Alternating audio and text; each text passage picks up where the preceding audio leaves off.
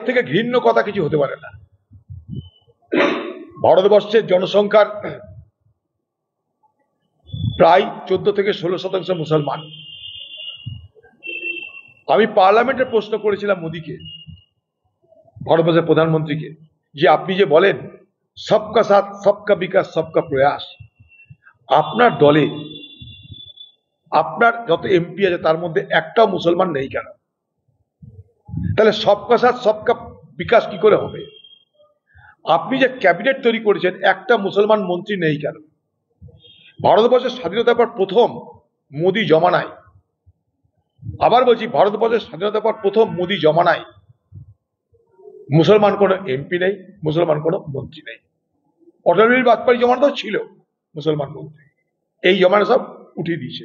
তাহলে সবকা সাথ সবকা বিকাশ হবে কি করে? এটাই বিজেপির ঘরানা, রাজনৈতিক ঘরানা এইটাই। এই ভারতবর্ষের মুসলমান সম্প্রদায়কে তারা মনে করে দ্বিতীয় শ্রেণীর নাগরিক, তাদের কোনো অধিকার নাই। আগামী দিনে যদি বলে, আজকে তো বলছে যেটা প্রতিনিধি মুসলমানের তাড়িয়ে দেবে, আগামী দিন আমি অবাক হব না যদি কথা বলে যে মুসলমানদের ভোট দেওয়ার অধিকারই কেড়ে নিলাম, ঝামেলা মিটিয়ে দিলাম।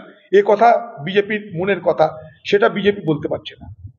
আগামী দিনে সেটা বললে আমি অবাক হব না।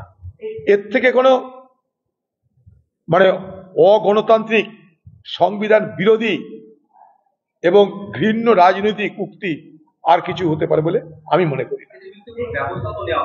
কে ব্যবস্থা নেবে? কে ব্যবস্থা নেবে? ব্যবস্থা নেওয়ার ক্ষমতা যদি থাকে সরকারের নেবে। এখানকার সরকারের ক্ষমতা আছে। এখানকার সরকার কি করবে? এটাকে নিয়ে রাজনীতি করবে, এটাকে সোশ্যাল মিডিয়া দিয়ে তৃণমূল পার্টি মুসলমানদের এলাকায় প্রচার করবে, দেখছো তো এই তোমাদের বাঘ আসছে, আমি তোমাদের বাঘের হাত থেকে বাঘের মাসি রক্ষা করব, আমি বাঘের মাসি, আমি রক্ষা করব তোমাদের, না হলে এই দেখো বিজেপির বাঘ তোমাদের ঘরে ঢুকবে। দুজনের পক্ষে সুবিধা এটা। মাঝখান থেকে প্রাণ যাচ্ছে কাদের? এ ভারতবর্ষের এবং বাংলার যারা ধর্মনিরপেক্ষ উদারবাদী রাজনীতি করি, অর্থাৎ আমরা দায়িত্ব নিয়ে বলছি, আমাদের বিপদ হচ্ছে, আমাদের বিপদ বাড়ছে। বাংলায় উদারপন্থী ধর্মনিরপেক্ষ যে জায়গাটা, সেটা ক্রমশ সংকুচিত হচ্ছে এই ধরনের ঘৃণ্য রাজনীতির দাবানলে, ঘৃণ্য রাজনীতির সংঘাতে। একদিকে বলছে বিজেপি নামক বাঘ আসছে, কি বললো? মুসলমান ঢুকতে দেওয়া হবে না। বাঘের মাসি কি বলবে মুসলমানদের?